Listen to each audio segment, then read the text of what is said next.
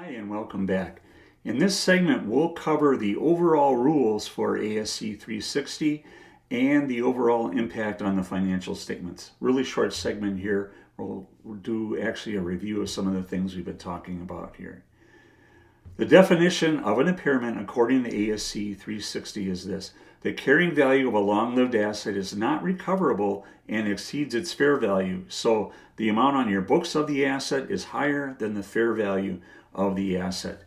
And the carrying value exceeds the sum of the undiscounted cash flows expected to result from the use and eventual disposition of the asset. If that's present, in other words, that carrying value is higher than those undiscounted cash flows, then you do an impairment. And what is the impact of an impairment on the financials? You recognize an impairment loss on the income statement. In my example of a $15 million impairment of an asset, you would record in that year a loss on your financials of $15 million. As I said, perhaps you have debt outstanding on this asset or group of assets, and you need to recover that debt through your rates, or those debt payments through your rates, so you can pay back the bondholders. This isn't a segment on bonds and repayment and all of that, but rule one when it comes to bond repayment is that in your rates you have to build in bond payments first.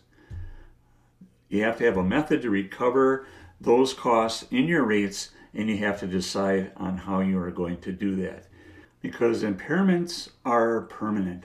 It's not like that relationship that maybe you have with someone where let's break up, let's get together, things like that. This is only temporary. When it comes to your assets, perhaps, nice transition there. When it comes to your assets, you say, well, maybe the market will come around, maybe the price will flip on power, so this is only a temporary situation. Well, temporary and impairments don't go together. Temporary is not an impairment for accounting purposes. Permanent impairments are the rule of ASC 360, and ASC 360 says that you write down the asset permanently to its fair value. You can't go back. Even if you have debt on that and you need to recover that from your ratepayers, you can't go back. So we'll go ahead here and we'll talk about the application of ASC 360, but we're going to throw in ASC 980, which talks about how perhaps to recover that difference between the carrying value and the fair value of the asset in your customer rates. See you back here in a minute.